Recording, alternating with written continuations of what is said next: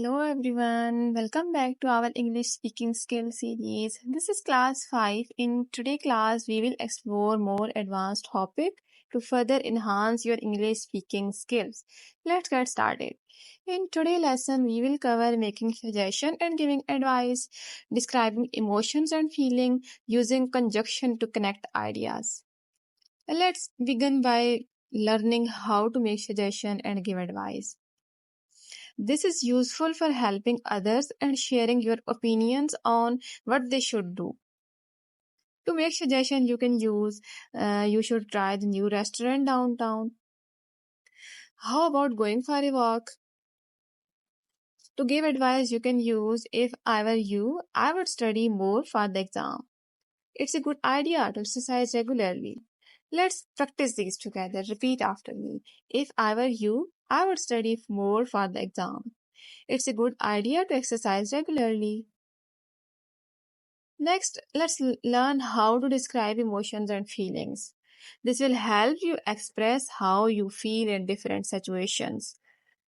To describe emotions and feeling, you can use I feel happy, I am sad, I feel excited about the trip, I am nervous about the test. Let's practice these together. Repeat after me. I feel happy, I am sad, I feel excited about the trip, I am nervous about the test. Now, let's learn how to use conjunction to connect ideas. This will help you make your sentences more complex and interesting. Some common conjunctions are and for adding information, because for giving reason, so for showing results. For example, I like apples and orange. I wanted to go out but it was raining. It was late so I went to bed. Let's practice this together. Repeat after me. I like apples and orange. I wanted to go out but it was raining. It was late so I went to bed. Great job. Everyone, today we learned how to make suggestion and give advice, describe emotions and feeling and use conjunction to connect ideas. Remember to practice these phrases with your friends and family to improve your English speaking skills.